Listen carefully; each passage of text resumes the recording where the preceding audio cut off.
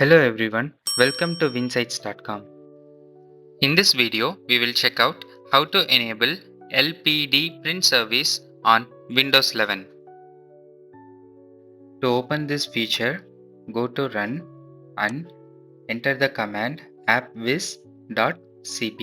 You can find this in the description also, then click OK. This command will open Programs and Features window.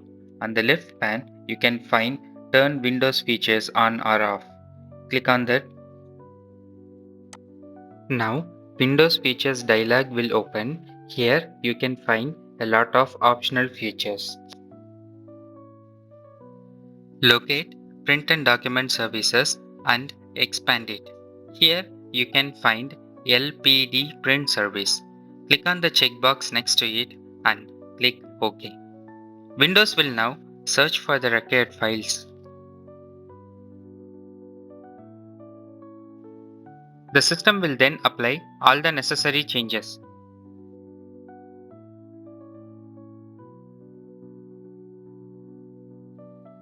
That's it, Windows has completed the changes. A restart now is highly recommended.